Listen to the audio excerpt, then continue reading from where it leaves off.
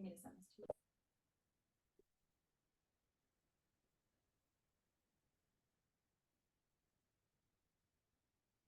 All right, well, we'll get started here this morning. Thank you all. I really appreciate you all for your attendance. Thanks for coming and joining us on this learning collaborative this morning.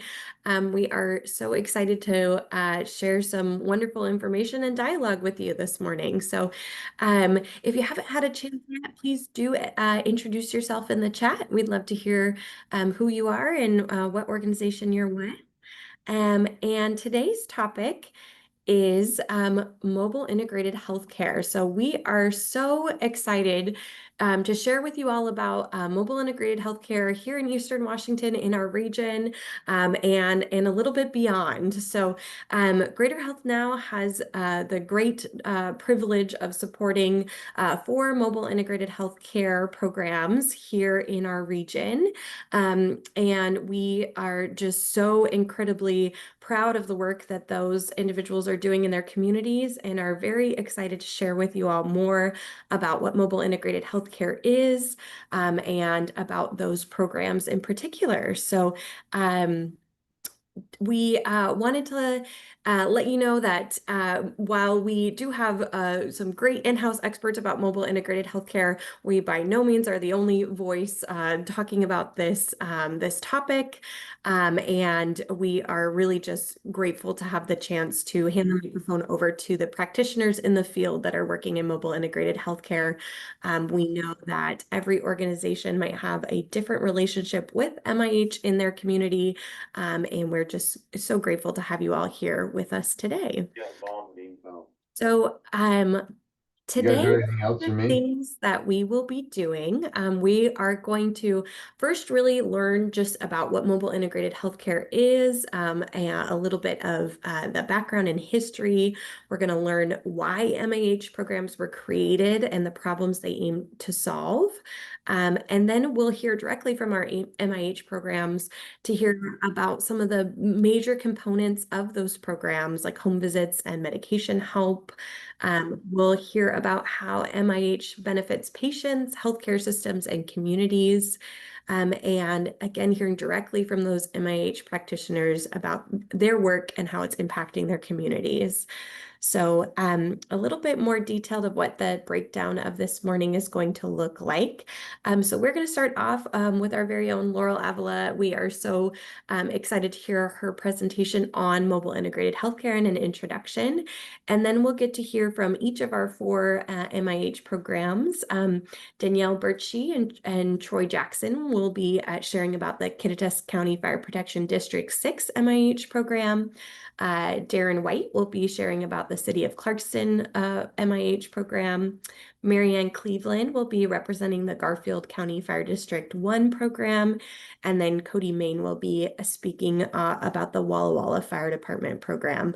And then once each of those teams have had the chance to introduce their program and a little bit about the background, we'll jump into a panel discussion with all of those presenters to just have a little bit more dialogue about MIH and what it's looking like for them. So definitely be thinking about any questions you'd like to ask the presenters, and we will have time for that then. But to kick us off, I have the great privilege of introducing Laurel. Laurel is an independent consultant with Greater Health Now and a registered nurse with experience in both clinical care and healthcare management. She is passionate about strengthening healthcare systems to ensure they are more effective, accessible, and patient-centered. This year, Laurel has been working with Greater Health Now's mobile integrated healthcare programs, helping them demonstrate the value of their services to their communities with the broader goal of establishing sustainable funding pathways. So with that, I will hand it off to you, Laurel. Please just let me know when you'd like me to advance the slides, and thank you for presenting today. Thanks, Danny. I appreciate all those kind words and great introduction to our topics today. So we'll go ahead and, well, we'll hold off a second before advancing. As Danny mentioned, I've been working with the mobile integrated healthcare programs only for about a year. So about December of last year, I started to begin my learning about mobile integrated healthcare. I've done some ride-alongs with each of our programs, our MIH programs, and with another MIH program in North Mason County.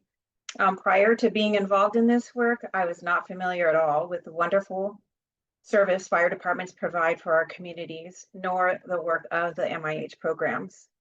I have just gained such a great respect and admiration for these people and the work that they do. So it is really a privilege to get to do the work with them. And so I hope my explanation, my overview to start off serves them well and explains the work in a way that helps all of you understand. It's difficult to wrap your mind around mobile integrated healthcare. One of the first things that happens in a community is a community needs assessment. And so each mobile integrated healthcare turns out to be a little different. So that makes it hard to really encapsulate, but we'll give it a try. And so go ahead, Danny, and advance the slide. A simple definition. MIH is a patient-centered model where EMS professionals, paramedics, EMTs, and often nurses or social workers provide care beyond the traditional 911 response, meeting patients where they are. So just a moment to consider thinking about that 911 response. I know, as I said before I did this work, I probably didn't have, I know I didn't have an appreciation for the work, and I still don't. You know, I'm still learning. But I do remember a few years ago being out of country with a team of students on a short-term mission trip, not in beautiful Belize where people vacation, but way like where all the sugarcane grows and there's like no EMS system. And being the nurse on the trip, feeling so responsible for all those lives, and the parents all saying, "Oh, we're so glad you're going, Laurel." I'm like, I don't know what, I don't know, you know. So when we touched back down, the plane touched back down in the United States, and I knew we had an EMS system in place to help if something came up, I was so relieved. So just to say, you know, kind of framing up, you know, that we all should be grateful to these first responders that help us out in our times of need. So we'll go ahead and advance the slide. So I think it might be helpful just to go back and look at, well, how did it get started to help understand what it is? So there were problems, high 911 call volume from frequent non-emergency users. There's emergency department overcrowding, and there's patients lacking access to primary care or struggling with chronic health conditions. So to help understand, like, well, how did that, what's the problem there? So we just think about one of the common reasons that we have frequent non-emergency 911 calls are patient falls. So if someone falls at home and they can't get up, they don't have anyone to help them, or the person that helps them can't help them, so they call 911. And then again, it happens, you know, often quite frequently. And so our first responders are out there doing that work. And it really is difficult because there's just a limited, those of us who use the system might not understand, but there's just only so many people that are available to respond to calls. And so if they're out working on helping someone that they love to do, but they're helping someone who has fallen, then they're not available for some true emergencies. So another situation that may escape our imaginations if we're not involved in the work is someone who's like having a severe anxiety or mental health crisis, and they're calling 911. And so that kind of, this speaks a little bit more to the ED overcrowding. So a person suffering from that's is quite understandable why they would call. I'm not saying, oh, you should or shouldn't call, but what happens is that particular situation isn't best handled in an emergency department. So as you hear people explaining their MIH programs, think about this scenario, because one of the things that happens is we're caring for them in the emergency department, and it takes a while. It's not easy to get that person so that they're safe and either, dispatched to their next person or able to go home with support. It takes a long time. And again, there's just so many bays in those emergency rooms, and you can't, so if they're taking up, then more emergencies, that need to come in are not able and have to get sent somewhere else. So another problem to be aware of. And then the third one is important to think about too, is if someone is maybe your next appointment that you can get into a primary care provider, all of you are probably familiar with this, is quite a long ways out. And people that are struggling with chronic conditions, if it's diabetes or COPD or things like that, maybe they just need really just to see a primary care physician, have a med change, or just check their blood pressure, simple things, but they can't get into primary care, so they just let it go, and then it goes from bad to worse. And so those individuals end up calling, and that's kind of an example of more of a preventable, like preventing the condition from getting worse if something could be improved.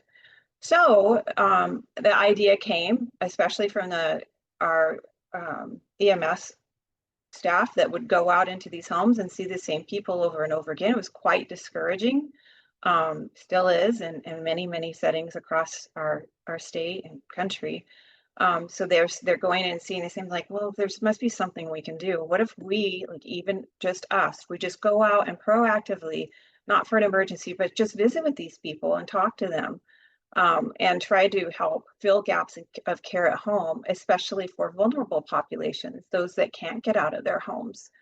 And so it kind of took off. And by the 2010s, MIH is spread across the United States, supported by the National Association of Emergency Medical Technicians, by the Center for Medicare and Medicaid Services, and by state pilot programs. So we'll go to the next slide, please.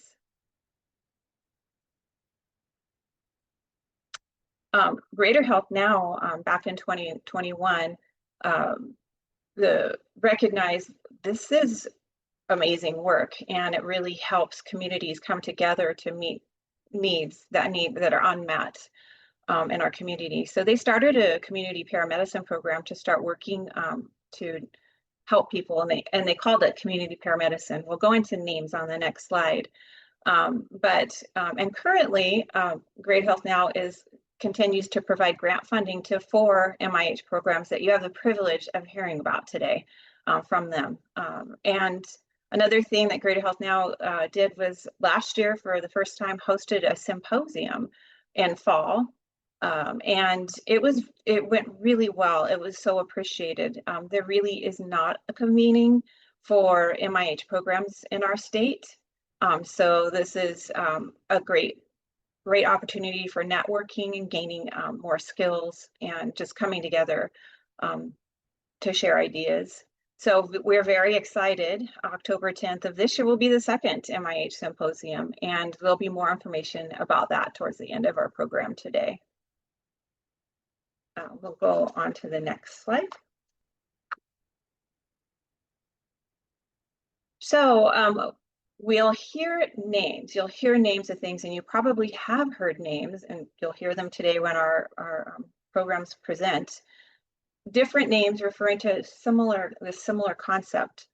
So the first, and the idea is what we kind of talked about, the why or how it came about, reducing the repeat 911 calls and avoidable ED visits. So the first one I would mention is a CARES program. So you'll hear, that as a title of a program.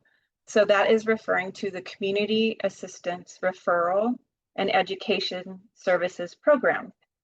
So in 2013, there was a state bill that came into effect that authorized care programs in fire departments, legalizing hiring of personnel such as nurses or social workers to deliver non-emergency community-based services, and focus on outreach, assistance, and prevention of advanced illness and injury.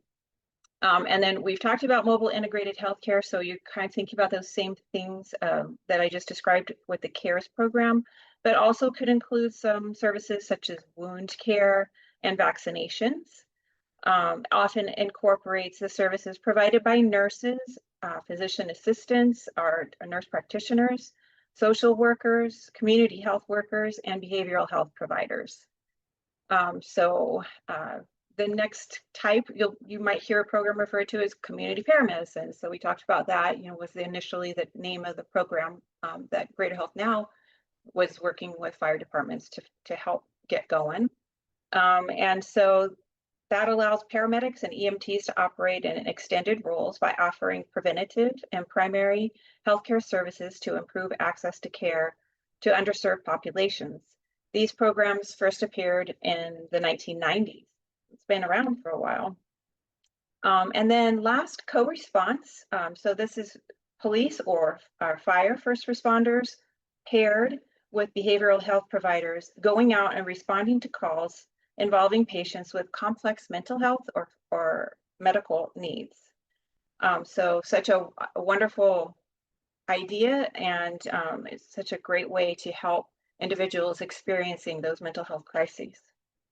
So you'll hear these terms used interchangeably. I was hoping to help you understand if you hear it, because you will hear it in our presentations today. But the broadest term is MIH, and thus about a year ago, Greater Health Now made the change to refer to the programs that they assist as MIH programs. Next slide, please.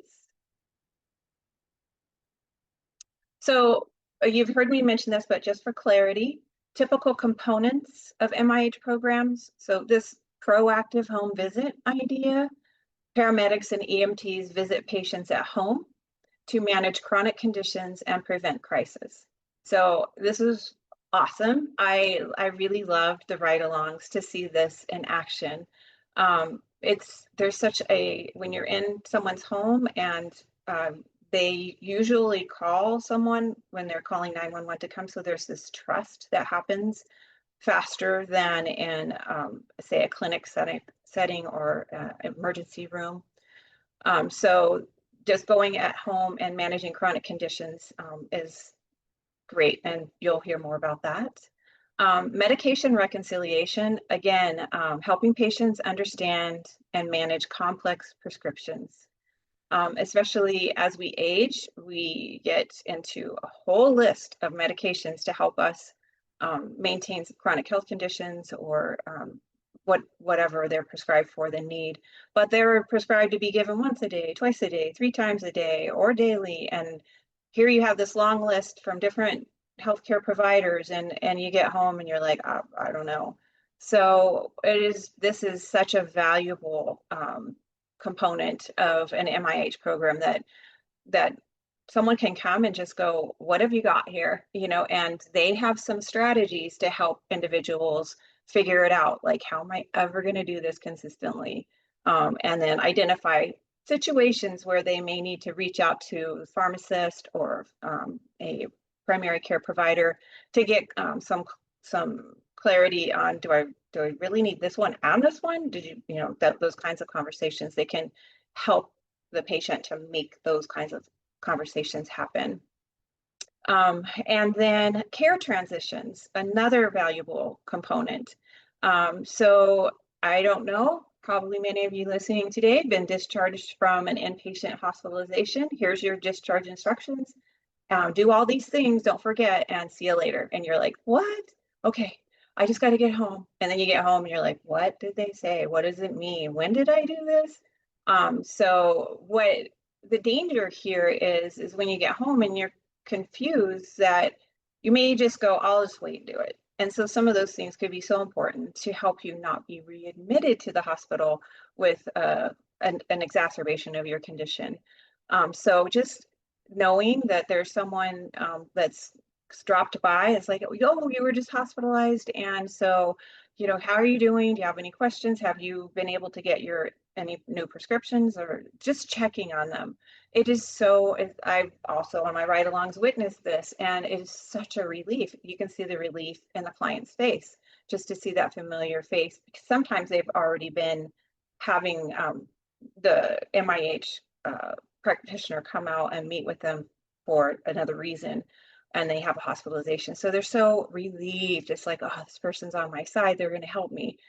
So that is, and hospital readmissions are quite costly. So the care transition is a valuable component of MIH programs. And then the integration with behavioral health. So partnering with social workers and counselors for mental health and substance use care.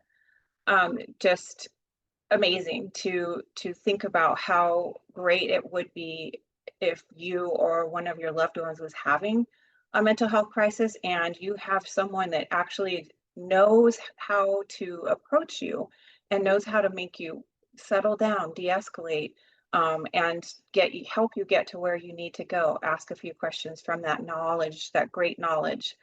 So this is amazing to see in action as well. And the last thing, the component, is the community partnerships. So collaborating with hospitals, primary care, public health. You'll get to hear about specific examples of this in our presentations today, but not just those, but other, community health and other community organizations within those communities. So really helping bring everybody together to have, to meet the needs of the individuals in communities. So we'll go ahead and go to the next slide. So you've heard this, but just to reiterate, benefits to the community. How does the MIH program benefit the community? For patients, improved access to care, support in the home, greater independence, especially for those aging in place who are just doing the best they can to be able to stay in their homes, and better management of chronic illness. For healthcare systems, there's fewer avoidable ED visits, reduced admissions, and better care coordination. So often healthcare systems have incentives if they have a lower avoidable ED visit rate, a lower reduced readmission, hospital readmissions. These are good things because they're very costly to the organization, but they're good because they're better care coordination, because people don't want to go back to the ED or be readmitted to the hospital. They want to be able to improve their health and manage their care in their home. So for communities, it's a stronger safety net. There's cost savings, and there's a more efficient EMS and healthcare system, or the resources are more efficient. So that is what I have to help you understand, give you an introduction to what is MIH. And I don't know, Danny, do you want me to take questions now, or do we want to just move on to our next presentation? Yeah, we have some time if we want to pause for a moment. If you have any questions for Laurel, feel free to put them in the chat or raise your hand. Also, if you have one percolating at the back of your mind, feel free to write it down and we can definitely circle back at the end as well.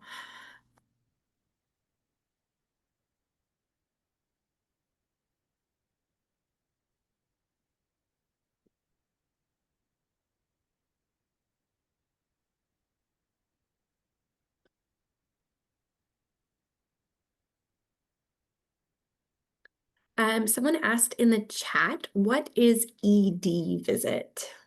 Oh, I'm sorry. Emergency department visit. So in the hospital emergency room. Thank you for asking. Tried to take out all my acronyms, but didn't get them all. Absolutely. And then another one for you. How does one connect a client and partner with you for this service to the community? So I will let our MIH teams answer that specifically as you hear the programs being mentioned, because they each have a different referral process that's in place. So that's a good question, and hopefully we will continue to present, and that will help you understand. Thank you for the question. And another question in the chat, Amy Zook asked, is this service available in Yakima, the city or the county? I'm newer to this, so being at it for a year, I know we Greater Health Now are not partnering with any fire department in the Yakima area, and I have not myself heard of an MIH program in the Yakima area, but it would be wonderful, as you could tell. Danielle put in that, and Troy shared that they believe the Farm Workers Clinic has a similar outreach program. So, um, great to know there. Okay, well, we'll keep rolling and dig into having our programs present. Thank you so much, Laurel. This was such a great introduction and kind of just laying the foundation for what MIH is. We really appreciate that. That is so helpful. And we'll hear from Laurel again when we shift to the panel. She will be helping to facilitate that. So again, if you have any questions come up, feel free to continue to put those in the chat or earmark them and we'll circle back for questions. So I am very excited to have the chance to introduce to you our team from the Kittitas County Fire Protection District 6, Chief Troy Jackson and Captain Danielle Birchie. So Chief Troy Jackson has dedicated nearly 2 decades to Kittitas County Fire Protection District 6, serving the last 6 years as fire chief. He leads with forward-thinking, prevention-first mindset, working to reduce call volumes, while strengthening emergency response across the district. At the heart of his leadership is an unwavering commitment to firefighter health and safety. Chief Jackson is also passionate about expanding the department's capabilities and deepening its connection with the community through robust public outreach and safety programs. We'll also be hearing from Captain Danielle Birchie. So Captain Danielle Birchie has served with Kittitas County Fire Protection District 6 for more than a decade as a volunteer firefighter and EMT. For the past 3 years, she has also served Upper Kittitas County as a community EMT and community health worker. Danielle and her team focus on mobile integrated health and lead multiple prevention initiatives, including passenger and water safety programs. Kittitas County Fire Protection District 6 is a small combination rural fire department in the heart of the Cascade Mountains and is dedicated to strengthening rural communities and building community resilience. So with that, I will hand it off to you, Chief Troy and Captain Danielle, and let me know when to advance the slides. Good morning, everyone. I'm so sorry for some reason you don't get to see our faces today. Our cameras are not working. So just like any really amazing program, we have a purpose. We want to know why we're here. We want to know why we exist. And District 6 is committed to providing a problematic approach to advance the health of our population by decreasing health disparities, improving efficiency, of healthcare delivery, and empowering individuals and communities through collaboration, innovation, and engagement. Basically, that just means we take a team approach and we meet our citizens exactly where they are with whatever they need. Next, please.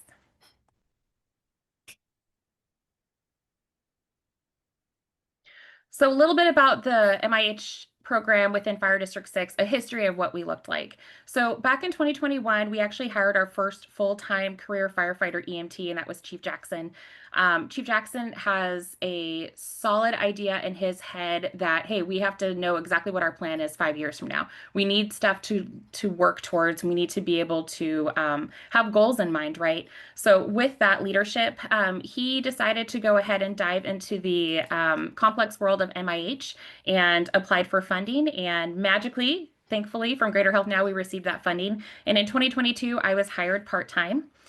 Starting in 2023, that's where we really started to see some amazing numbers. We started hearing those personal one-on-one stories about the differences that we were making. In 2024, we hired our second EMT. This was actually Roslyn Fire Chief's Corey Reagan, who has been an EMT for well over 25 years and has a background as a surgical tech. So when you're talking about patients coming home from being an inpatient at a hospital or rehab center, for example, her skills absolutely shine through.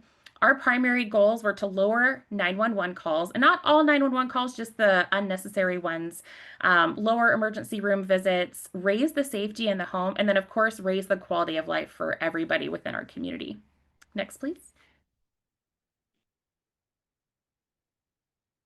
So when we start talking about team structure, who are we? What do we look like? Well, we have at least one community EMT on duty 7 days a week.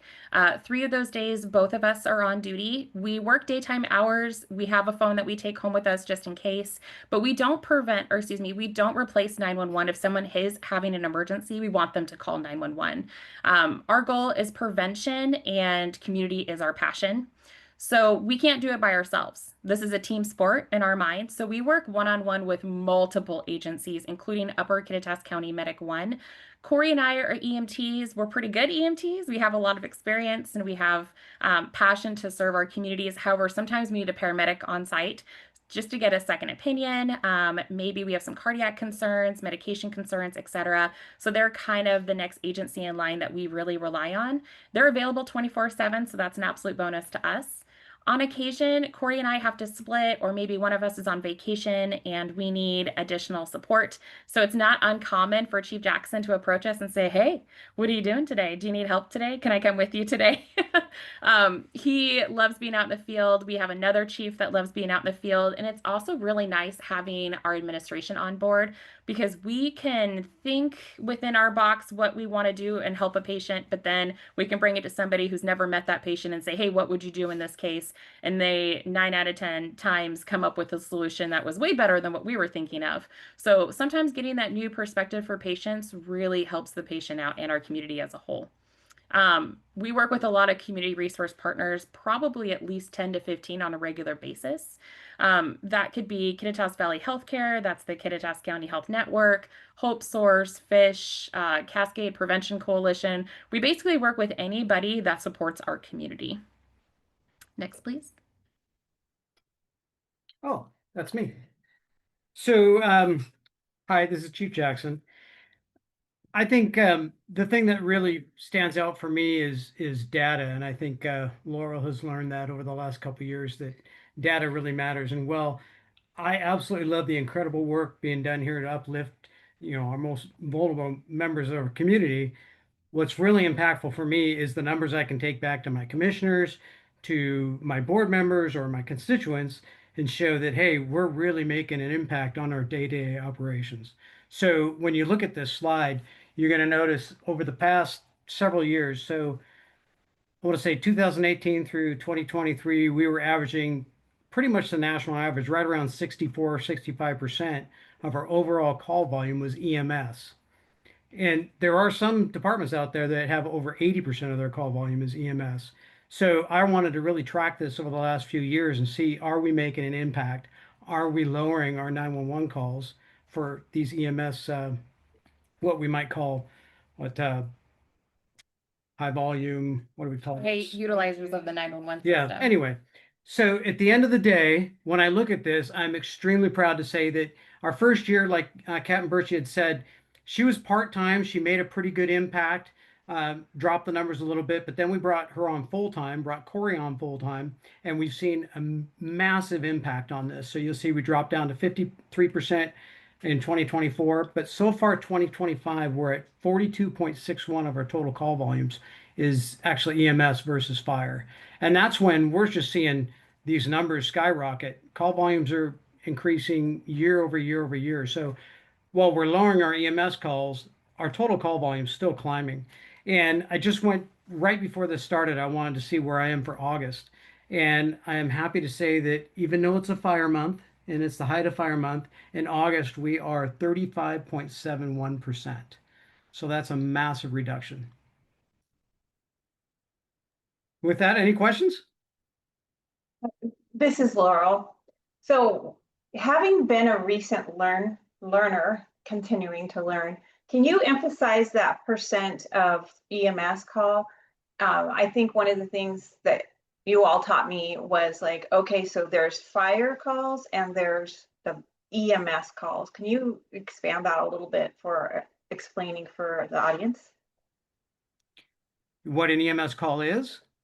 Yeah, like what's the difference? So you Well, so lived a in it fire so call long, is it's so a fire call is going to be pretty much anything. It could be actually that, a fire, but it's fire and all other is the way we group that. So there's several different series of calls. It could be um, a false alarm, it could be a hazmat, it could be a natural disaster, any one of those things are going to fall under the fire bucket. Everything else EMS, so it's going to be that sick patient, that fall patient, a motor vehicle accident with injuries, etc. So any of those are going to fall under EMS. But the ones we can really prevent, and we're not going to prevent all EMS, right? We're in an area where we have a lot of high acuity rescues, etc.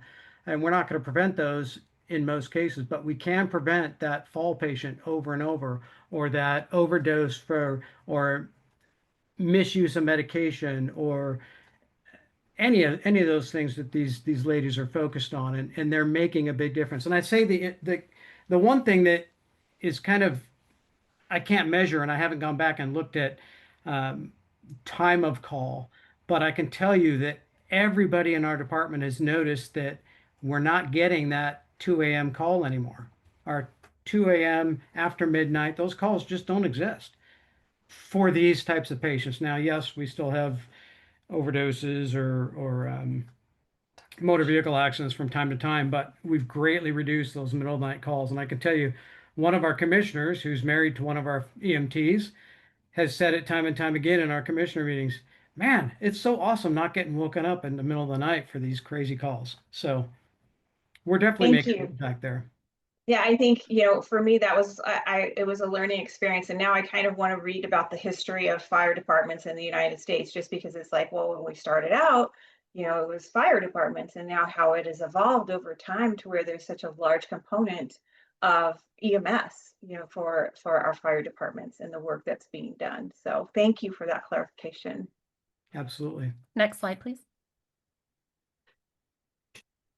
Okay, so what exactly are we doing? I feel like you can put everything that we do kind of in two buckets, and some of it kind of collides together. So the first bucket will be, what can we do prevention-wise for our community that will prevent them from getting to the point where they have to go to the ER?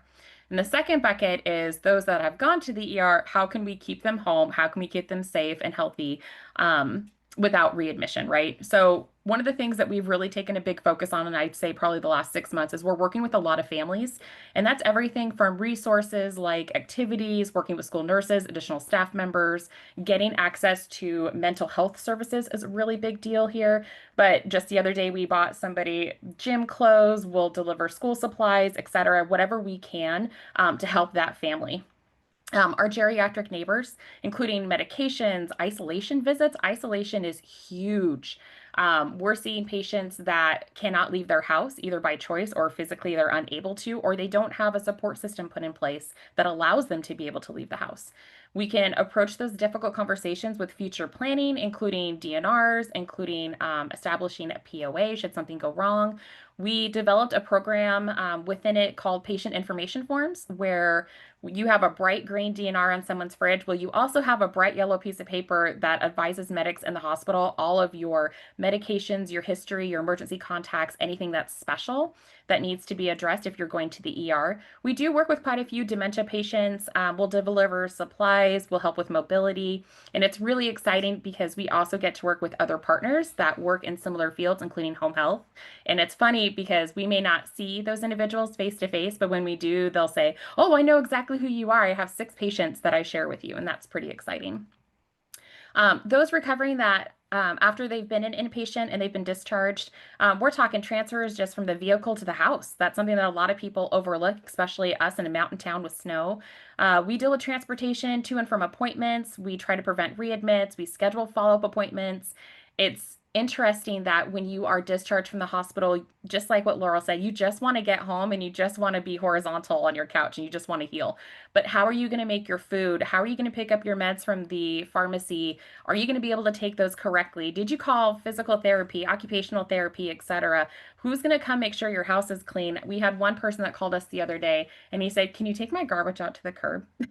I mean, sometimes it's just those little tasks that just take us a few minutes that we kind of overlook. We work with those that are unhoused or food insecure. We'll deliver food boxes.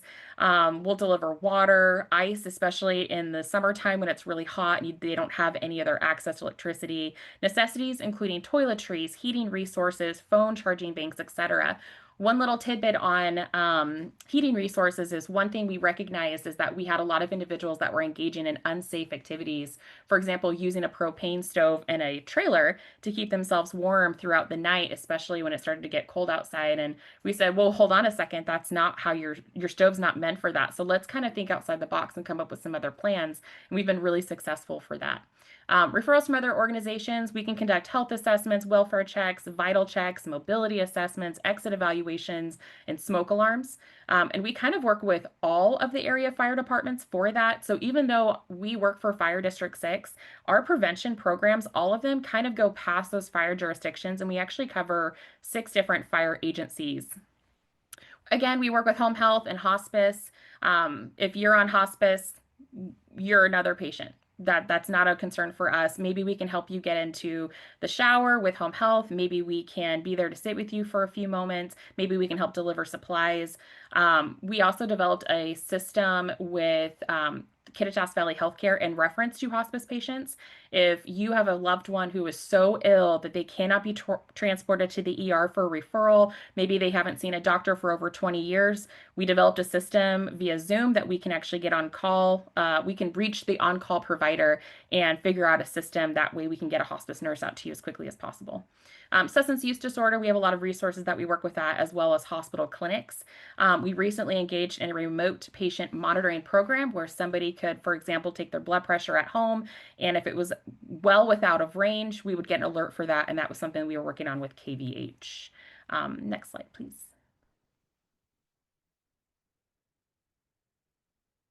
Okay, how are we different? Well, whoop, there we go. Community medicine is actually on shift 7 days a week. Sometimes we can be reached after hours. We had to put that border there. We had to have some sort of time that we were not engaged with community medicine, but we're still available for 911 calls, and we kind of leave that up to provider decision.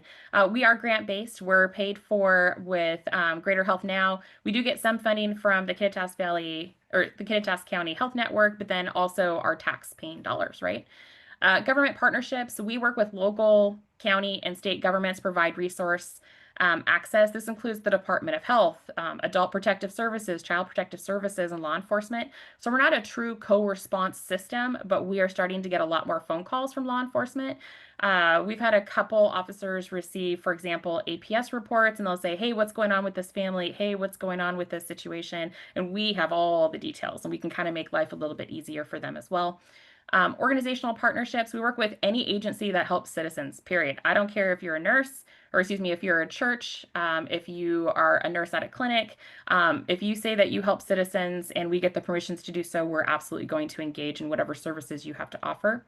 And then community connection, we reside in the communities that we serve.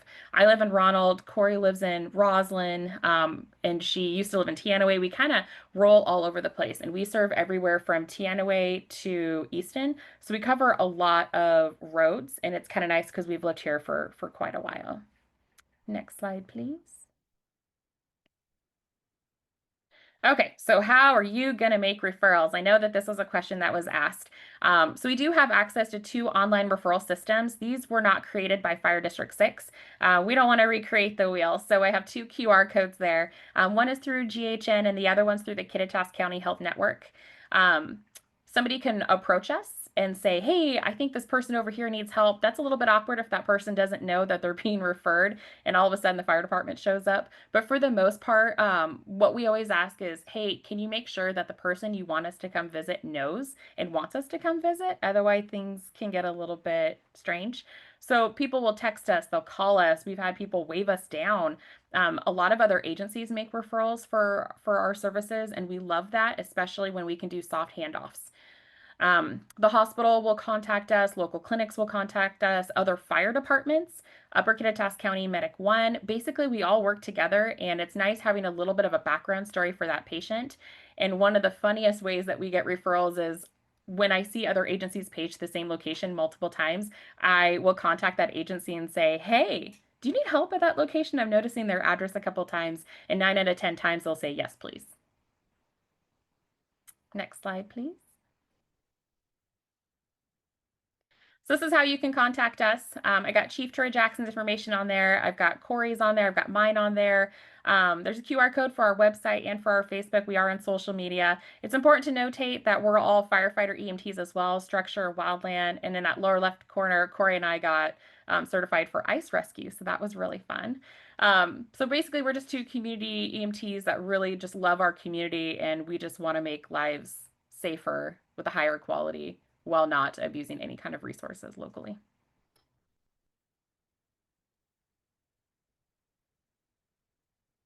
One of the things I would like to highlight too is just meeting with Danielle. I know you can't be in a community there without people coming up to them. It's very touching. I know recently Chief Jackson and Danielle and I were meeting at a coffee shop, and it wasn't just once, it was 2 or 3 times. People come up and said, "Thank you so much for what you do for our community. It's so important." And so it's just heart-wrenching, really. So I'm like, how can I help you? What is it? How we can, how can Greater Health Now help you? We want to, help this continue. So they're very appreciated in the community. Thank you so much, Captain Birchie and Chief Jackson. We really, really appreciate it. We love hearing about your program. The slides for this for today will be sent out following in the next few days, so you can access this contact info later down the line and those awesome QR codes for referrals and connecting. So, and if you have any, we are going to keep rolling and introduce our next presenter. But if you have any questions specifically for Danielle and Captain Jackson or Chief Jackson, just go ahead and write them down, and we'll have some time during the panel to answer those. So I am really excited to next introduce Chief Darren White from the City of Clarkston Fire Department. So Fire Chief Darren White joined the City of Clarkston Fire Department with over 30 years of experience in fire and EMS, including prior roles as a paramedic and fire chief.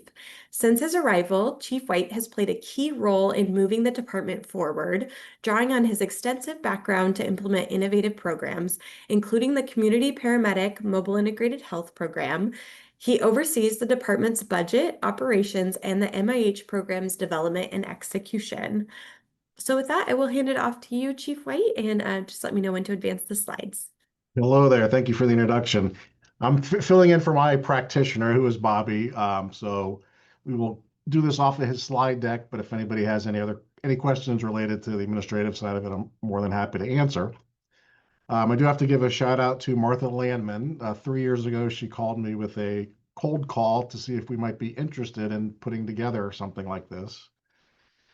And we graciously accepted, and it took about 8 months to get it off the ground. So that's kind of where we got our start in March of 2023. If you want to advance the slide, see what he's got.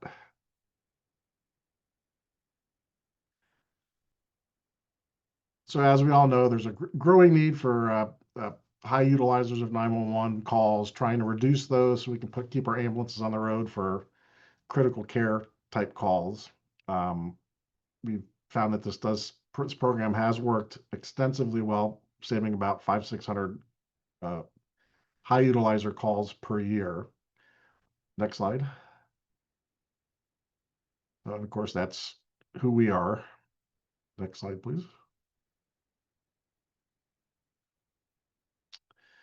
Population for City of Clarkston is roughly 77,000, 7,100 people. The way our program structures, it just operates inside city limits, which is a 2.2 square mile city. We hope to someday go out into the county and service a much greater population. As with most programs, substance abuse disorders, chronic health conditions, mental health, frequent fallers, just all the common things that you find with the high utilizers of the 911 system. Next slide. And we kind of tailored our program. We took a snapshot of what Cody Main did in his area and brought it back here, and then just kind of plugged in the different things that we saw a need for to mold our program around. And it's as simple as picking up medications. There's food delivery, medication management, because we do run our program with a paramedic. So he can do in-home evaluations, cardiac evaluations, early signs of sepsis, public education, food assistance, the list goes on. Once again, all these things help to reduce those 911 calls and improve long-term outcomes. Next slide, please.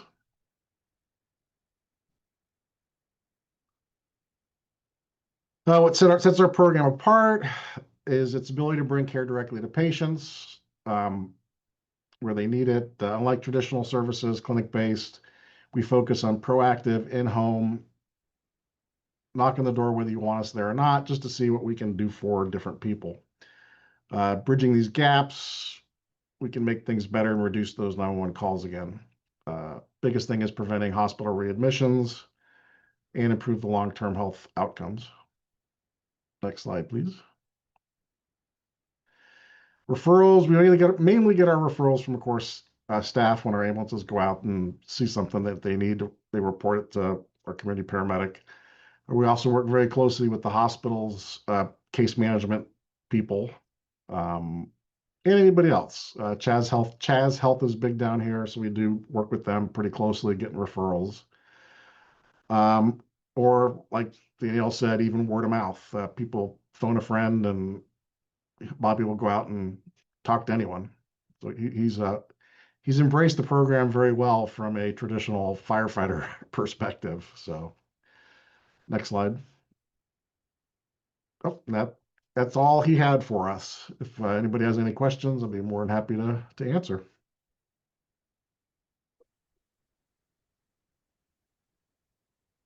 I just want to comment, getting to go on a ride along and meet with Chief White and the team there. It's just really hard to encapsulate how wonderful this service is for our community.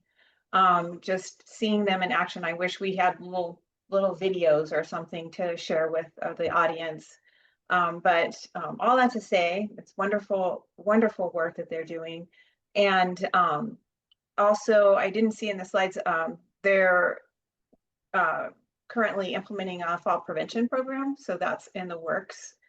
So I know lots of fire departments have that, and they're just kind of stepping up their program a little bit right now, working to do things in the home to help with fall prevention and work with other community members for fall prevention.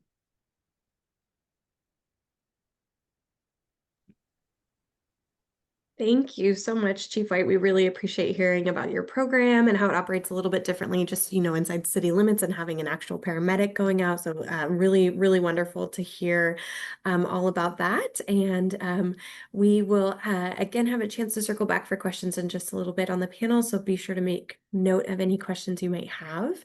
And I will go ahead and introduce our next presenter, Marianne Cleveland. So Marianne Cleveland has lived all over the country with her amazing husband and has spent over 20 years raising and homeschooling 4 kids. In addition to serving as a firefighter and the CARES coordinator for Garfield County Fire, she is starting a small business as a leather crafter. So Marianne, I will turn it over to you and let me know when to advance the slides. Thank you, Danny. So I'm Marianne Cleveland. I helped start the CARES program back in 2023. My contact information there, if anybody wants to get a hold of me later. Go ahead, Danny. So 2022, we received a grant from Greater Health Now to start help people in the community. That's about how broad it was. We did a little head scratching and trying to figure out what does that mean. By 23, we launched what we called Community Connection, and that was really our year of getting on our feet. We focused on falls initially because that was where we saw our repeat 911 calls, and that's what we were trying to reduce. But from there, we started having lots of questions every time we went to visit someone and work with someone as to, oh, do we do this? Do we do that? And we spent a year answering those questions, both in how does it affect this particular patient, but also how does it affect our program? Is it something we can sustain in the long term and looking well ahead? Started out with just me working part-time, figured 16 hours a week would be plenty, no way. Rapidly increased from there. In 2024, we rebranded to the CARES program, much easier to say. And it encompassed more than just the MIH. It does MIH, but we also do the CPR and first aid classes. We also do smoke detector program. If it is non-emergency and preventative, it probably falls under me. Then our focus shifted to aging in place, not just fall prevention, but a greater dynamic of keeping people healthy and available in their homes. And learn that lots of people just want to live at home, and what can we do to help keep them there as long as possible. We expanded our services. There's a list there you can read through. And in the middle of 2024, we added in a full-time community-based health worker, EMT, Dee Dee. She's awesome. But that's where we were. And the rest of 2024, we shared home visits and stuff like that. Now in 2025, we continue with a focus in aging in place, and getting people to other resources beyond ours. And we're really working on gathering data so we can figure out how to keep this program going. We talk to our clients and people in the community and family members, and everybody's so grateful we're here, and we know this helps and it works. Now we just got to prove it and figure out how to keep the money to keep going. Expanded services, we added a bunch more devices and a lending library for equipment. And again, I moved to a administrative only or primarily administrative position, while Dee Dee continues to do all the home visits and actually interacting with our clients. Next slide. And speaking of Dee Dee, there she is, Dee Dee Weymouth. She is my care specialist. She does all my home visits. She does all the intakes. She goes out, figure out what people need to keep them safer, keep them healthier, just address their needs in general. And then when their needs aren't met by the things that we do, she refers them off to other programs that we have in the community that can help address the needs. And she is full-time. And then there's me. I'm the coordinator. I'm mostly admin. I backfill for Dee Dee when she's out. Or if I do a lot of transportation to appointments, because Dee Dee still has clients to see, and taking people to appointments around here and out of the area is very time consuming. So I do a lot of that. And I'm also the on-call person. So we serve people if our crew goes out on an EMS call and they're like, hey, they need this, this, and this right now, so we don't go out there again. We've got it. I have a cache of equipment that we can grab in a moment's notice and get things set up so that we don't keep going out there for the same fall or the same whatever. Next slide. So who we serve? We will serve anybody in Garfield County. While our primary focus is aging in place, I've had clients as young as 8 years old who have had needs that need to be addressed. And we will go anywhere in Garfield County, 700 some odd square miles. Most of our people live in Pomeroy itself, but we've had clients 45 minutes out of town that would go see 2 or 3 times a week because that's what we needed. So any resources or services that are needed that we don't provide, we will refer out to other agencies in the community that do. Again, we primarily focus on aging in place because that is our repeat population. That is where most of our needs are. But it's not all older adults. Sometimes it's primarily the groups of older adults who don't have support systems in place. Aging in place where there are kids or a capable spouse or something like that, we don't see them very much or for very long usually. Usually it's bringing in some equipment or doing a few things. But the ones that we see long-term are the ones that have no one there to be their support system. And that's where we start stepping in and providing that. We also help them deal with complex medical needs. And we do a lot of discussions about future planning because people start getting to the point they don't have DNRs, they don't have POAs in place, they don't have these things available. And it's like, hey, you need to think about this. You need to think about what's going to happen next. And, think about when is it time to move into skilled nursing or to, move in with your kids or whatever. The other people we're finding that we serve a lot are the caregivers. So when there is a support system, maybe things have changed with the person they're helping. whether it's their spouse or their parents or whatever, things start getting beyond what they know or beyond what they can do. And that's when we are a lot of times there to help provide information, provide additional resources, equipment, sometimes just help understand the aging process or understand the disease process, especially with dementia, and help families and caregivers in that way. Again, we help them with resources and with future planning. Next slide. So the services that we provide, these are just some of the services we provide. Medication management, we do a lot. We don't prescribe or give medications per se, but we help people set up their med boxes every week. When they get a new medication, we make sure they understand how to take it, when to take it, what to take it with or not, and all those details. We put in refills and pick up medications and bring it to them so they make sure they have their medications. And if they choose to take their medications in a way that's different than prescribed, that is their choice. We just document it and do it the way they want it. But we also can help in combination with our health visits and our vitals monitoring. A lot of times help them see that, hey, when you take your Lasix all the time, your blood pressure goes down, your swelling goes down, all these things get better. And when you stop taking it, all these things get worse. So we can provide them that correlation between what's happening with their body and what their medications are doing for them. So hopefully it encourages them to take it properly.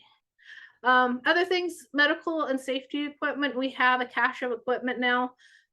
We can also get stuff from our senior center. People donate stuff there. People donate stuff to us.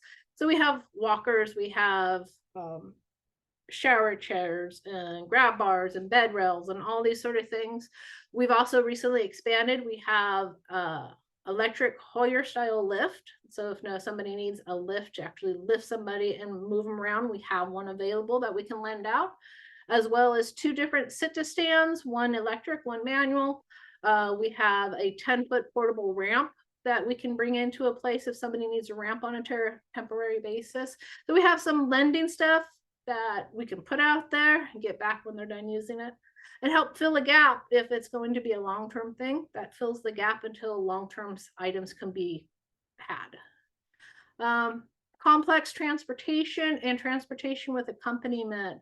We don't just transport people. That's what transportation service in Garfield County is for, but there's things that they don't do. So when somebody has difficulty getting out of their house, we had clients recently, especially over the winter, who couldn't get down their stairs and didn't have a ramp. So we go out with our stair chair, get them out of the house, out to the car, and that's part of what we do. We also take people, particularly clients that we're working with, and we'll accompany them to their appointments. So we will sit in on their health appointment with them so we can hear what's going on, so we can discuss what's going on and what the clinician says. At the time, after the appointment, keep that person informed of what's happening, because 2 sets of ears are better than one. And sometimes asking questions that our patients don't think of. They're not used to medical terminology. They're not used to what's happening medically a lot of times. So because of our experience, we can say, hey, what about this? What about that? And that helps our patients a lot. And it helps to make sure that the clinician and practitioners are getting all the information they want to through. Health and vitals monitoring, just checking on folks all the time. We don't take vitals every time we go see somebody unless it's needed.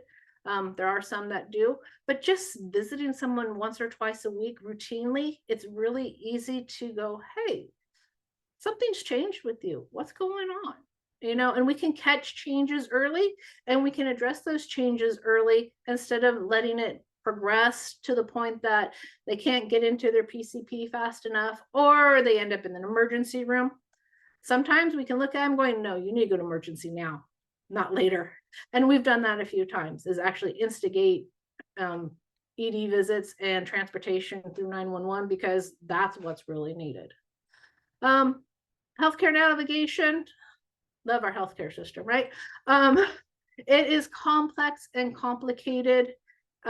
It's hard for me to wrap my head around when you're talking about elderly people who just were brought up with such things. and is getting beyond their cognitive ability to do, or their patience. You know, when I'm sitting on hold for 10 minutes just to make an appointment and have it disconnected for the third time, it gets real frustrating. But those are the things that I navigate for them so that they get their appointments, they get what they need in place. Help them fill out forms and help them understand what the forms are about and that sort of thing. And then we connect to other resources. We have lots of other agencies in the county that help with other needs. But sometimes I've had patients who had hearing problems, and I was their connection to the outside world. So if they needed somebody to come in and fix their air conditioning system, they told me, I arranged it all, you know, because they couldn't talk on the phone. They couldn't do this. So there's all sorts of things like that that we do that we fill gaps. I had a patient just the other day. I brought her home from the hospital, went to go in the house, and her keypad deadbolt wasn't working. Not only did I make access into the house, but I tore her deadbolt apart to figure out why it was broken and realized that it needed to be replaced. Ordered it for her, and when it comes in Friday, I'll put it in. You know, she doesn't have to worry about it. It's secure, set things up so that she was still able to lock her door and feel comfortable, but we dealt with the problem in the moment. Next slide.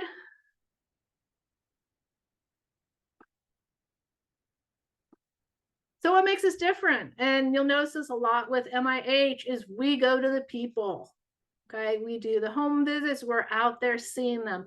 We see their living conditions. We see when we fill their med boxes, what meds they're taking, what meds they're not. They like to pick through them.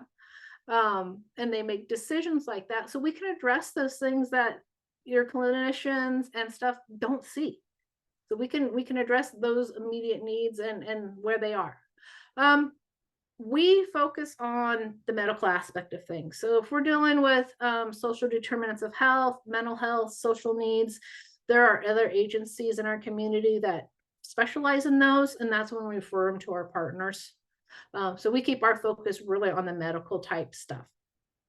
Because we are EMTs and advanced EMTs. We have a set of skills.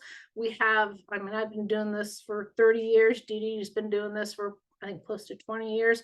We have experience behind us. So we know what things to look for. We know how things are going to progress if you don't address them. And we can provide that knowledge to our clients. Rapid deployment and on-call. So not only are we part of the 911 system here, and we're all part of the ambulance crews and stuff like that, if we get an ambulance crew go out and going, hey, this person needs help. They fell, they're injured, we're dealing with the injury, but they're going to fall again as soon as they get home. That's like, okay, what can we do to prevent that? And Friday night, Saturday, Sunday, not a problem. We got the equipment and the know-how to make them safer. If they suddenly, you know, if they come back from get released from a hospital, from an inpatient surgery or something on a Friday afternoon, and finding that they're not ready to be home by themselves, we got the stuff there, you know, long before PT or OT will ever show up for them. Other things that we can do, we have specialized patient moving equipment. Our ambulances have a stair chair. We have a portable ramp. We now have the different lifts that we can loan out. So we got stuff that nobody else has, and we have it at a drop of a hat and can be there right now. We do have a little bit of specialized patient monitoring. We are not paramedics, so we can't read 12 leads, but we can take a 12 lead and have our monitor interpret it. We can also take 12 leads if a cardiologist or somebody wants to be able to monitor something, or if somebody's having a problem, we can run that 12 lead, gather that information in the moment, and then share that with their cardiologist or whoever else needs it. And then we have a team of people at our disposal. So if something that needs more than just what DDRI can provide, or even if one of our partner agencies needs something more than they can provide, we have a team of EMTs, firefighters that we can get a hold of. There's about 40 of us on the department that we can reach out to. So if a refrigerator needs to be moved, we got the people for it. If something needs to be done short notice right now and we need muscle, we got the people for it. Oh, next slide. So entering our system, that was one of the questions earlier. Primarily, we get most of our referrals from our EMTs. They'll go out to somebody's home, deal with the 911 emergency, but go, hey, there's a bigger problem here. And that's when we get a referral. We also get a lot of referrals from our local hospital, from the caseworker, social worker there when they get ready to do releases for either inpatient or long-term care patients.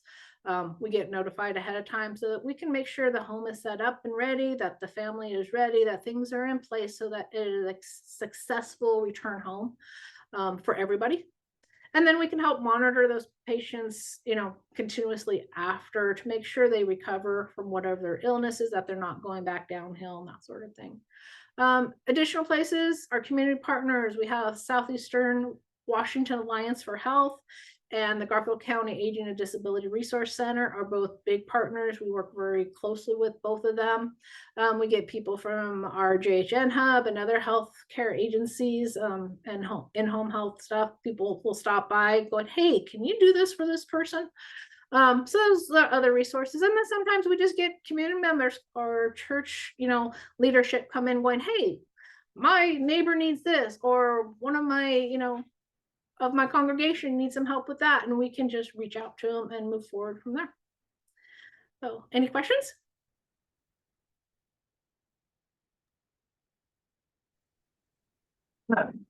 Thank you, Marianne. Again, such an honor to have done a ride along with Marianne and see the community and how it's served and how personable it is.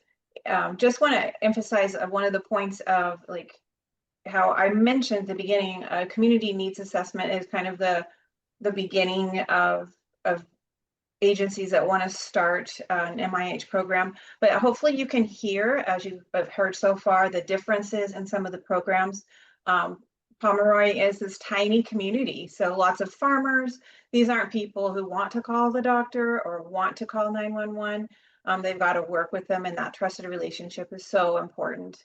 So it's just an honor to know of the program and what Marianne is doing, and Dee Dee and Chief Cleveland out there. It's such important work. I don't know which program I love the most, but they're all so wonderful. And this need in a very rural health setting is our fractured healthcare system is so in need of people, of assistance. And so this is just a beautiful example of how to come to help others within your community. So thank you, Marianne.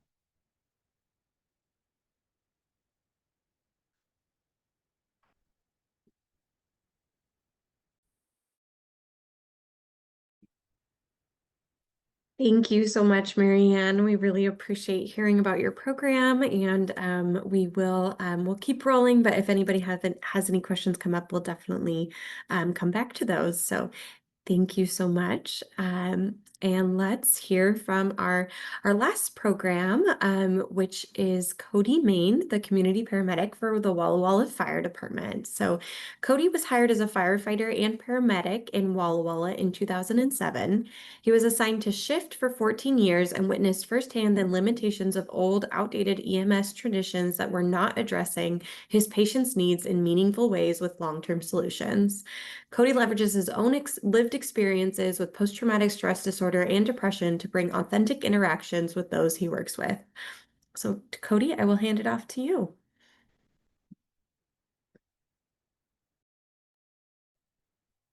All right. Well, here I am. I've been told I have a face for radio. So, yeah, my name's Cody. So I'm the community paramedic here in Walla Walla. Hey, Joelle. And I got, saw somebody liked it. So, next slide, please. Yeah. Thank you. Bye-bye. Yeah, so here's a brief history of our program. We started May of 2021 as a community paramedic program. We started with some seed money, 110,000 from Providence St. Mary, our hospital here in town. We gradually grew through other partnerships, such as with Greater Health Now. We added a second community paramedic. Walla Walla County, we have a partnership with them. For those of you who don't know, there is some funding mechanisms through Washington State that allows for 1/10 of 1% sales tax to be added for behavioral health program, so we're a recipient of money there. And then also we got a grant with the University of Washington and BH Core, and added our community resource navigator and registered nurse. And then we became the Wall Fire Department CARES program. So next slide. So this is how our program started out. Was more or less kind of like Tommy Boy trying to sell brake pads to people. There was Deputy Chief Wood. He was new in that position, and there was myself kind of trying to sell this new idea that not a whole lot of people knew anything much about. So one of the guys that I got hired with, he's into making memes and different things. So you'll see a theme here as our program has grown. So these are a nice little hit amongst the shift personnel too. So next slide. So we hired Ben Grinchkoff. He was a 30-year paramedic here. So it was Ben and I. We'll never get caught. We're on a mission from DOH, is what they said. So we were known as the Community Paramedic Brothers.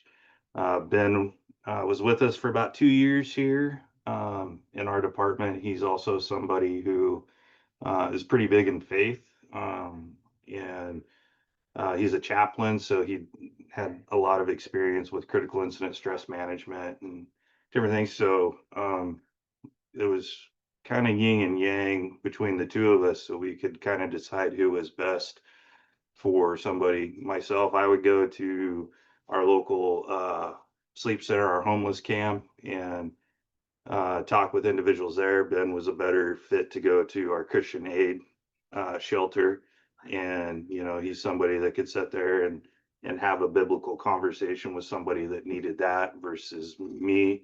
I'm not as well versed in those skills as Ben, so knowing your strengths and weaknesses of your team is really good, and how they might meld better with each other. So then we added Travis. So next slide.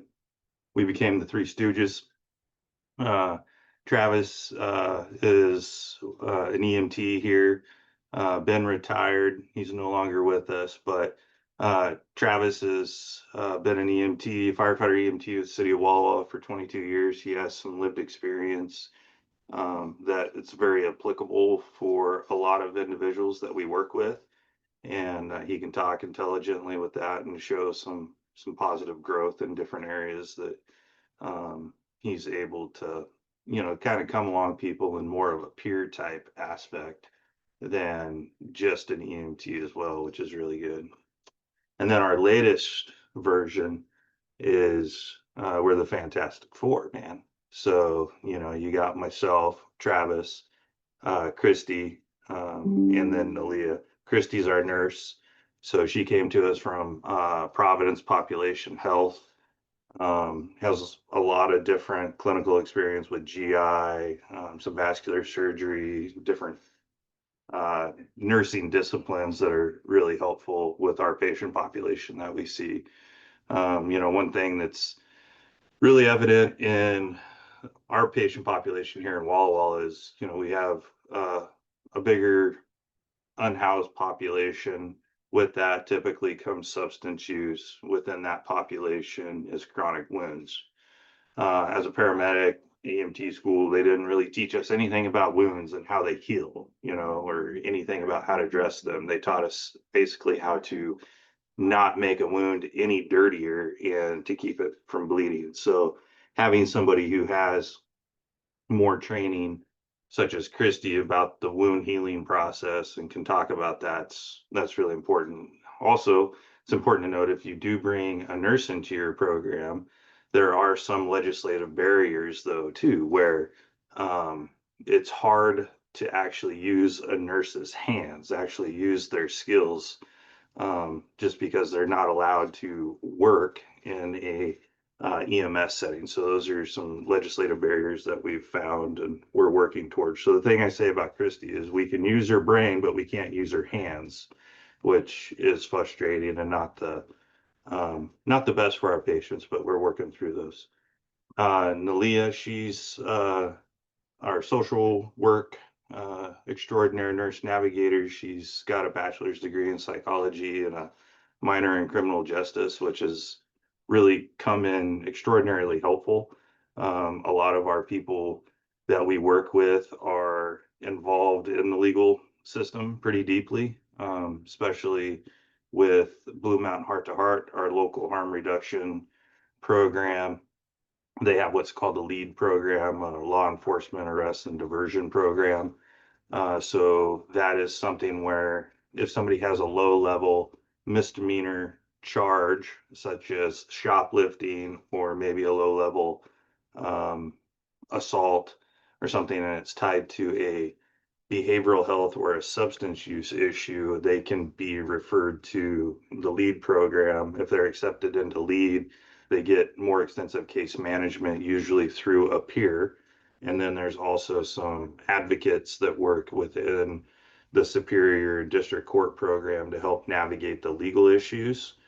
And then once they start participating in those services, a judge can actually defer or drop those charges for participation and completion in these services. So there's been lots of really good partnerships and outcomes there. And Nalia's understanding and background with criminal justice is something that was has come in extraordinarily helpful. So next slide. So what is CARES? So CARES, as Laurel said, there's legislation that offers or that allows communities to form community assistance referral and education services.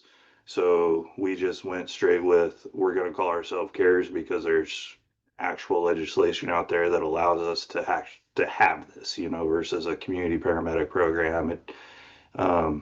There's all different kinds of forms of MIH, you know, where you can have co-response, you can have the community paramedic, you can have CARES and everything, but we just saw this as kind of a way to really tie right into that legislative, um, that legislation as written. So next slide. So, and here's a little snippet of the RCW. So this is the CARES RCW right here, 3521-930. So it allows any fire department may develop a community assistance referral and education service program to provide community outreach, assistance to residents of its jurisdiction in order to improve population health, advance injury and illness prevention within its community. So we do all of that.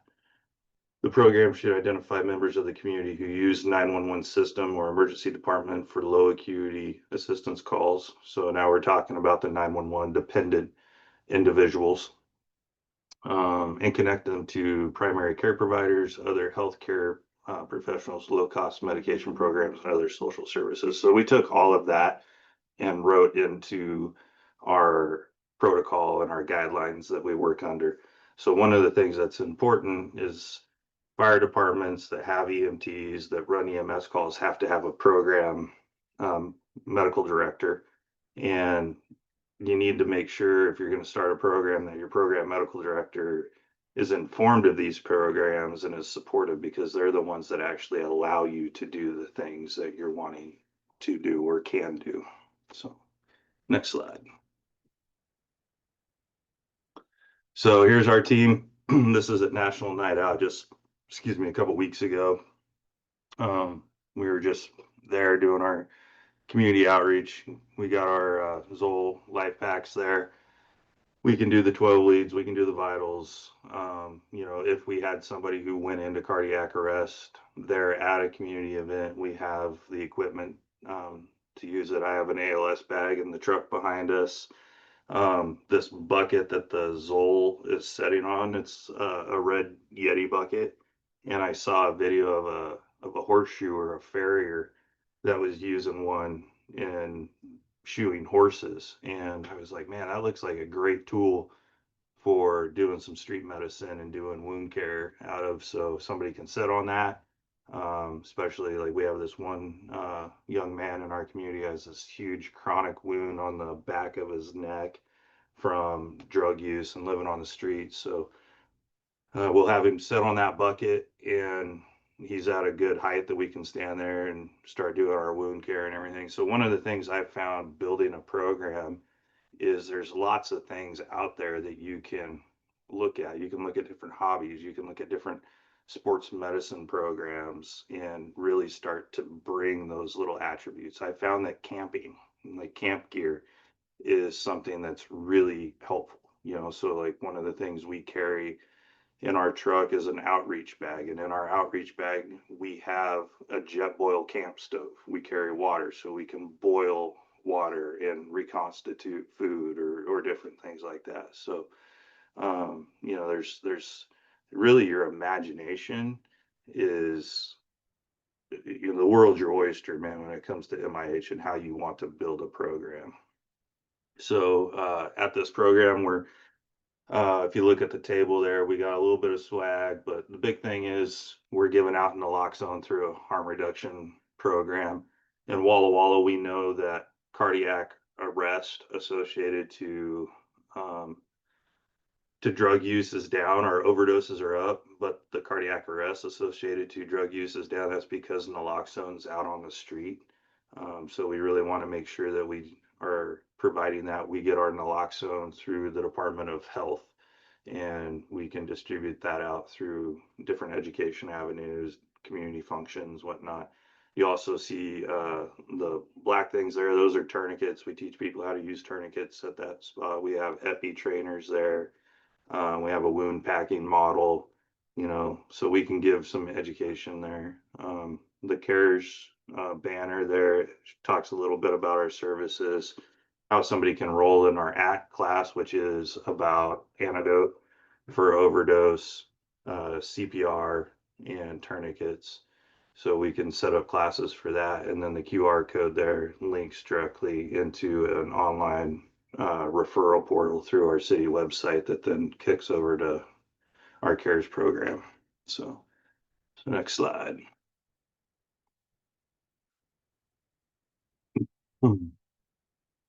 So population served, we initially started as a partnership with the hospital. So the big thing was diverting people away from the emergency room, and what can we do to cut down on readmissions. So the hospital in 2024, I said, well, what does it cost? What's the bare minimum cost of somebody showing up to the hospital and just being put in a room and their name and a computer and a doctor sees them? We're not talking about an IV, a medication, CT scan, anything that can be done. Just what's the bare minimum cost? They said $2,400. So every call that we could divert away from the ED to a more appropriate facility, whether that be a dentist or primary care, urgent care, a housing individual, maybe it's something that we could take care of on the street.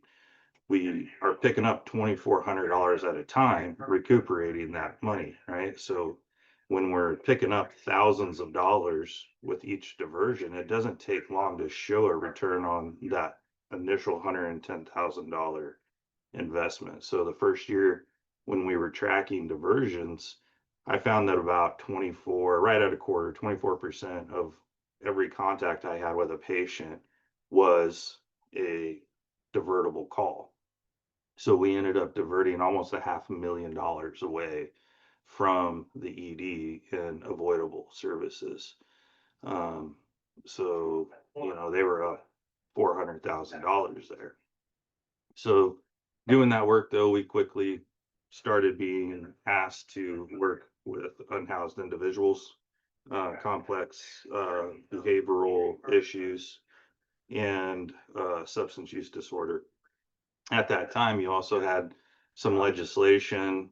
We started right around the George Floyd incident, social justice and everything. So Washington State was kind of changing the way that cops were able to interact with the public and whatnot. The pendulum kind of swung, from one side way over to the other, where now cops really weren't able to do much in the way of community policing. They couldn't really contact anybody without having a legal reason to be there. So we started being asked to contact people more frequently too. So since then, we've kind of settled back, in the middle with that issue. But definitely gave us a big learning curve there. So next slide. So some of the things we do, just like the other programs, navigation to more appropriate resources, transportation to more appropriate services. Our big thing is, can we transport somebody for the basic human needs? We look right down around Maslow's hierarchy of needs. At the foundation, at the base level, are those very basic psychosocial needs that people need: food, safety, water, shelter. So can we transport somebody to those types of things? We have transported some people to, um, I've taken one person clothes shopping so they could get clothes so they looked a little bit more professional for a job interview, and what can we do to enhance people's level of personal independence to kind of break them a little bit away from more of the systemic social service needs. Deflection of low acuity calls, one of the big things that I really try to do, especially Travis and I, since we're firefighters as well, is can we take calls, the low acuity calls, in place of an ambulance or a fire truck, to leave them in place to be able to respond to a more appropriate call? Or can we leave them on maybe their detail, they're at a school function, or their training? The training is important that those guys get, and it's often interrupted by low acuity calls. So if we can keep them training on their skill and their craft, and we can take a low acuity call for a wellness check or an exam or whatnot, that's a good use of service as well. The other thing we want to do is supplement or augment critical incidents, the more complex issues. Just even responding to car accidents. We might get there and maybe you have enough resources in the way of patient care, but one of the things that we haven't been able to do is actually have another vehicle to notify traffic on the highway, a half mile away from the incident. So typically those trucks and the ambulances are right at the scene because you need those tools and you need the items that are on those rigs. So if there is a collision of the vehicles that is uh, protecting that scene, those vehicles often get put right into the actual scene itself and creates an even more chaotic environment. Plus, if you think about just from a financial risk management aspect, the rigs we drive, you'll see it as a $30,000 Chevy Colorado that can be replaced in 2 weeks, right? Versus a $500,000 ambulance that's custom made and it takes 2 years to get that ambulance built, or $1 million fire truck, these big capital pieces of equipment that are really hard to replace too. So there's benefits there. Just even being able to replace an engine. The other day I replaced an engine on a down power line. Once the line was de-energized by the power company, we still wanted to keep people away from it, but there was no need for an engine to be there. So I showed up in little Colorado, threw some cones out, and I protected that area. So we're building capacity into our response matrix in a much more financial, responsible way. So that's not to say that we still don't need to grow and we still need ambulances and stuff, but we're showing that we can do things a little differently. So outreach, pre-crisis and crisis response, treat and refer, case management, advocacy, harm reduction, risk reduction. We'll talk a little bit more about that later, in community education. So next slide. So how are our services different? We're mobile. The fire department found this out a long time ago. You take the services to people where they need to be. Plumbers do this. A plumber doesn't call you and say, well, fix your sink or your toilet, bring it to my shop. Like, for a long time, they've brought services to you. So that's what mobile integrated health is all about. A lot of people think that if they can't leave their desk or leave their brick and mortar, that they can't do anything. That's not what the fire department's about. One thing that's unique about having social services embedded into fire departments, and this is not to knock any civilian uh, civilian staffed organization, it's just different. Ever since I was 18 years old and started volunteering in the Pendleton Fire Department, I went to the station willing to die if needed in service of my community, right? That's something I've brought in my work throughout my whole career in Walla Walla. And that's not to say I want to go out and die today, but I'm willing to. There's nobody else in social services that's really willing to have that type of commitment to people. So I think that makes us unique. The other aspect is myself being a paramedic, I've been trained to do a surgical airway on somebody. That's a very stressful situation to even be in, let alone do the procedure, right? So I've been trained to work at this level of stress. So if I'm called by a community member to help somebody who's sleeping in a bush and this person doesn't know where to sleep tonight, that's I understand that that's stressful for that individual and that's stressful for that person that's calling me, but it's a pretty easy, relatively simple thing for me to figure out. It doesn't really take and stress me out to the level that it might somebody else who doesn't have the skill or the background that I do. So we're unique in that sense. So next slide. So this is what we carry with our rigs. So we have all of our medical gear. We can respond to fires, add capacity there. There's a tote back there that is full of ballistic equipment. If we are, if Walla Walla were to have a active shooter incident, statistically speaking, it's going to happen during the weekday at a school or a workplace. So why not have more people that are trained and equipped to respond to those incidents? A lot of outreach gear. We have a Yeti cooler back there. The reason I went with that is it's a stool. It's something that we can sit on. We can talk with people.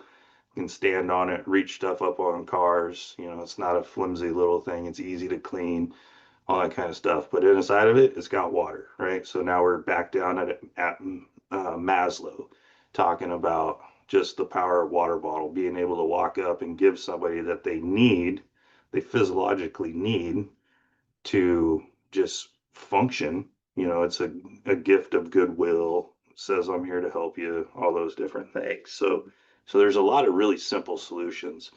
In the drawers, we have some simple automobile type, fix it gear. A lot of people live in their cars or they can't go to the doctor because they have a flat tire, right? Well, I can pump up your tire. Does that work?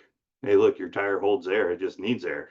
Awesome. There was one gentleman who wanted me to drive him to Tri-Cities to a urology appointment and spend all day over there with him. Well, he said his car didn't work. There was a mental health component of this. The gentleman said that that the Chinese government had actually used a electromagnetic pulse that disabled his vehicle. Well, with the equipment we have, I hooked up a little jumper box to his battery, showed him that his car would work, found out that all he needed was a battery terminal connection fixed. I drove down to Bimart.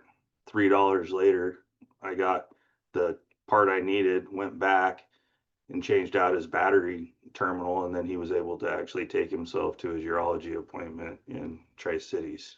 So there's all those different things that we just typically don't think of, right? So, and that's one of the nice things about mobile integrated health. In Walla Walla, we have 2 ambulances. Typically, we're always thinking about the next call, right? And sometimes when we're thinking about the next call and trying to run it quickly and efficiently, sometimes compassion is sacrificed at that level. That's not to say it's right. It's just the way that the cookie crumbles, I think, in EMS.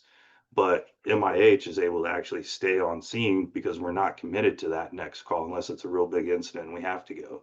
But we can stay, we can kind of play with the problem a little bit. We can work with the puzzle a little bit longer than what those 911 resources are. So, anyways, next slide. Cody, I just want to let you know we only have about 20 minutes left and we want to make sure we have a bit of time for the panel. So, okay, here you go. So real quick, referrals, I know Danielle talked about word of mouth. That's what this is about. You go out, you build rapport with individuals. once you build good rapport with certain individuals or organizations, your program builds a reputation. I think we've built a really good rapport with enough people and enough organizations that now we have a good rapport. So it might not be Cody that shows up, and they were wanting Cody, but Travis shows up and they know that Travis works with Cody, or Christy works with Cody, or Nalia works with Cody. Like, they automatically start to trust them because of our reputation. So next slide. So we get referrals from on-duty crews, emails, phones, community events, our QR link. What else? Next slide. So here's our rack card that we pass out, links to our emails, all those fun things. Next slide. Here's my information, and I'm sure we'll talk a little bit more here in a few minutes. Thank you so much, Cody. I just love hearing about the Walla Walla program. It's so well established. And again, as Laurel was kind of indicating, each of these programs serves such unique communities and populations. So we're gonna just keep rolling right into our panel discussion. So I'm gonna go ahead and actually stop sharing so that we can see our panelists. And then I'm going to turn it over to Laurel. Laurel has a question or two that she's going to ask to get us started. And if you have any questions, please feel free to put them in the chat. Thanks, Danny. So really, knowing the people and the programs, and what, since you all are not going on a ride along anytime soon, but reach out to your MIH programs, they might let you come along. I would just like to hear some patient stories to demonstrate different aspects of MIH programs. So I'm going to start with Danielle and ask if you can give us a patient story. Of course, we protect identity, but just describe the situation with a patient, demonstrating collaboration with the healthcare system. Yeah, we actually have multiple stories for that. And one really good one that happened, I think, just a couple weeks ago, is we had a middle-aged male that was residing in a trailer, no water access, no electricity access, and multiple comorbidities. So he was on our remote patient monitoring program, and so he was weighing himself every day. He was using a pulse ox, which advises of your oxygen intake level and your pulse. He was also utilizing a glucose test monitor for his diabetes, and then a fourth one. And we noticed a 911 call came out of his location about 10 a.m. in the morning. I immediately was able to look and see if he had used his devices recently. He used them at 6:45 that morning. So I said, ooh, bonus. So I was able to contact Upper County Medic 1 and let them know, hey, his information is at this location within the trailer. Here's his name and date of birth. We have a system for that. And then advise what his morning vitals were. So they arrived on scene, they transport him to the hospital as totally appropriate. Just because you're a part of this program or an MIH program doesn't mean that you don't need to go to the ER, right? It just means that a lot of times we can prevent the need from ever getting to that point, but also you have advocates that are in your wheelhouse. So he gets transported to the ER, he gets admitted to the ER. The next day, the hospitalist called me, the clinician, and said, hey, I just got his permission to talk to you. I heard him in the background. He said, yeah, Danielle, go ahead and talk to him. So all of a sudden he starts describing this patient care plan to us. And I said, oh, well, here's some of the hesitations with that care plan. And we were able to advise, some of his challenges, day-to-day life. And the doctor stated, I had no idea that those were challenges for him. I said, oh yeah, we're delivering food, water, thinking outside the box, make sure he has electricity, because he can't use that oxygen machine, even though it has a battery, because he doesn't have fuel for his generator, for example. So that may be, a $50 fuel card. Like, we'll figure this out.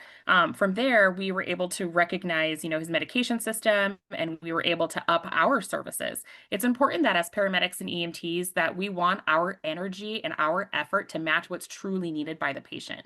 When you underserve or overserve, you could be doing a disservice to that patient. So in this case, we were able to say, hey, we've been visiting him once a week. We're going to up that to 2, possibly 3 times a week, maybe 2 in person, 1 via phone. We'll make sure that his oxygen machine is able to be utilized. Maybe we can get a secondary battery as a backup, make sure that's always charged. Hey, we're also going to go ahead and look into his medications. He states that he can't afford this new one that you're about to prescribe. So maybe we work with our local free clinic, which is the Open Door Health Clinic, and see if we can't add in a different medication that is more feasible financially, because he is on unlimited income. So basically, we were able to receive that patient care plan and then assist the doctor in modifying it, and then up our services to meet his challenges, essentially. And that's happened a couple times now. I've never been on a first name basis with triage nurses and PAs and medical doctors. So that's pretty exciting.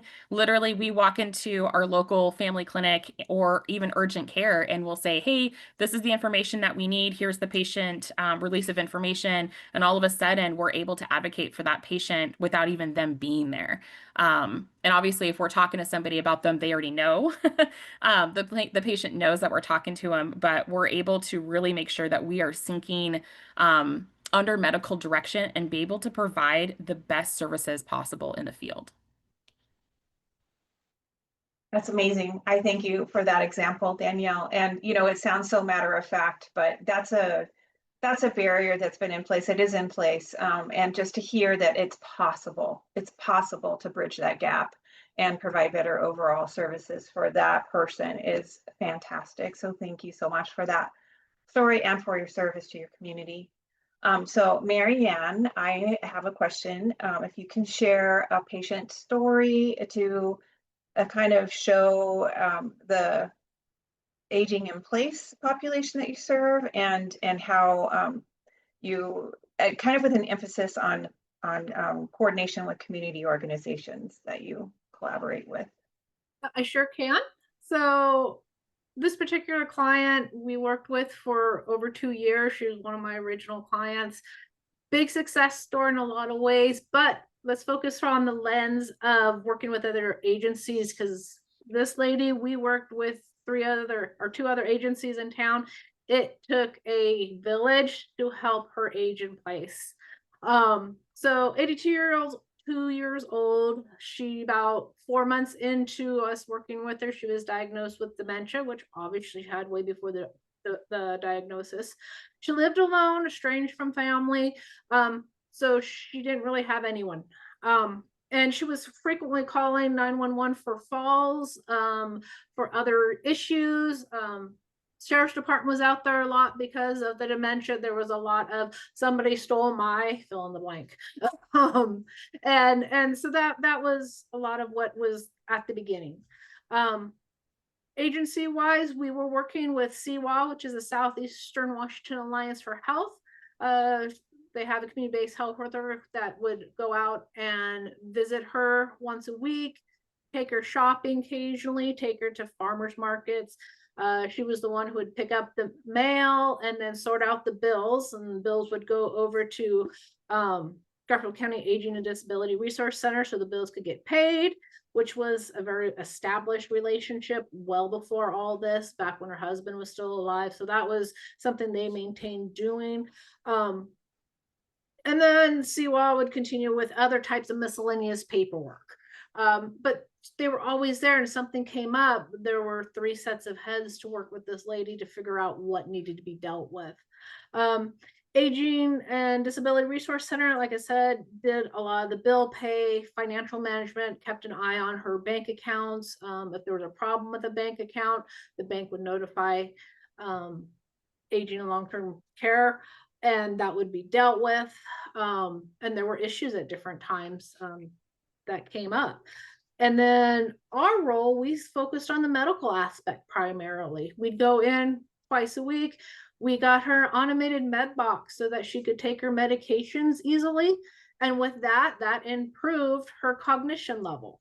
As things went on, her doc put her on medication to help slow the progression of the dementia.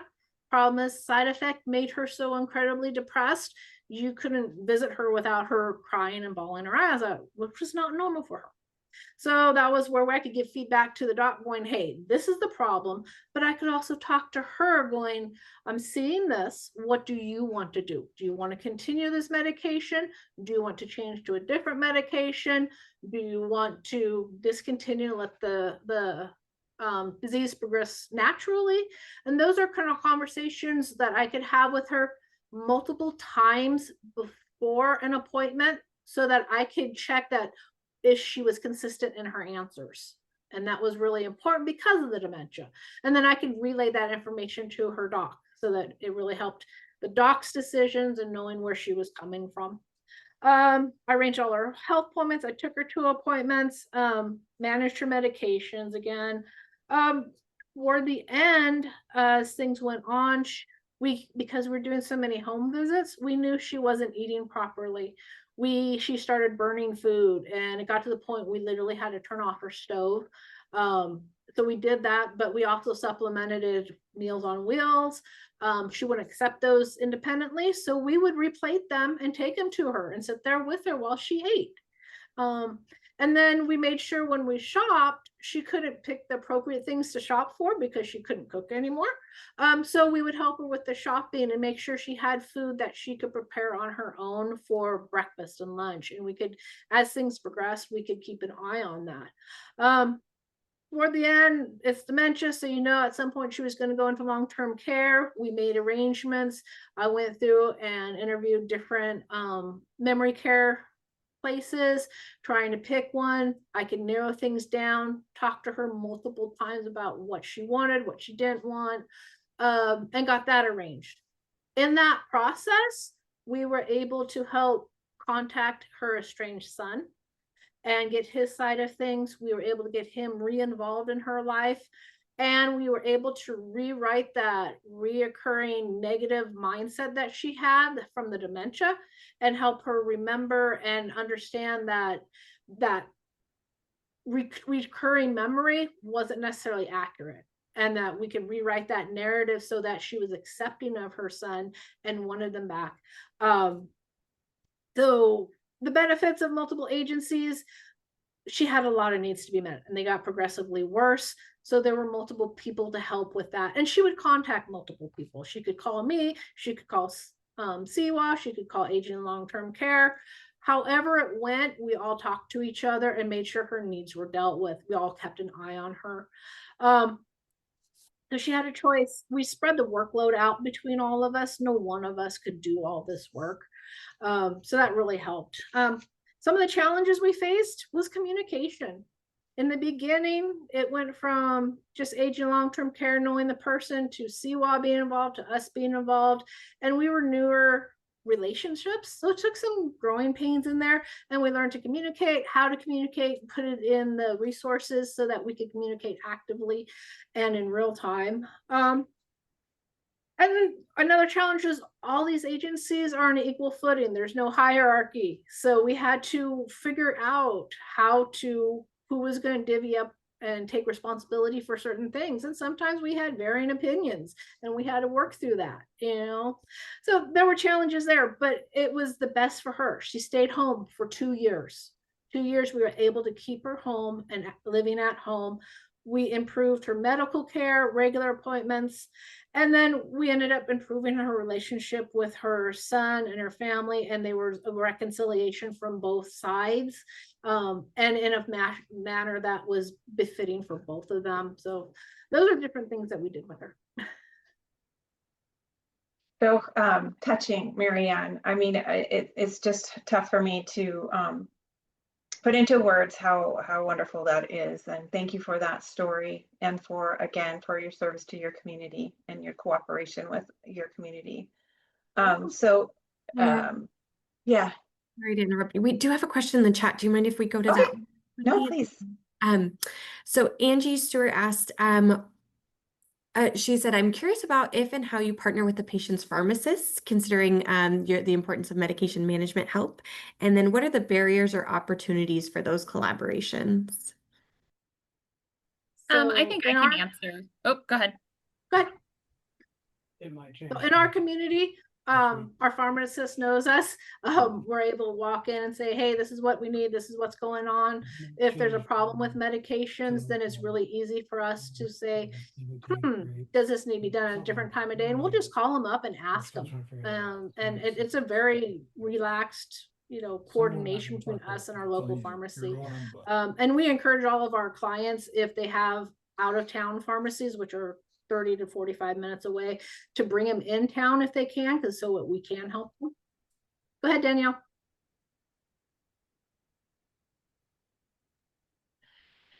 Yeah, so we have a lot of experience with this as well. So in working with medications, we not only work with all of our local pharmacies, but we're actually working one-on-one with one particular one that is headed to the city of Cleveland. So this pharmacy will be taking over all of our community medicine patients in reference to medication delivery, refills, and also filling their weekly organizers. So we carry multiple organizers with us. We'll assist those patients. They're sitting right next to us. And we take that time to really instruct and educate what these medications are.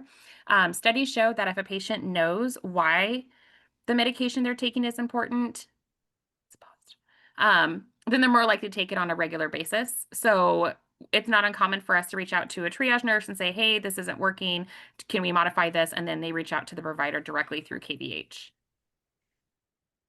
Well, that's wonderful. I'm so happy to hear that you're partnering with those local community pharmacies. That's terrific. Thanks for sharing.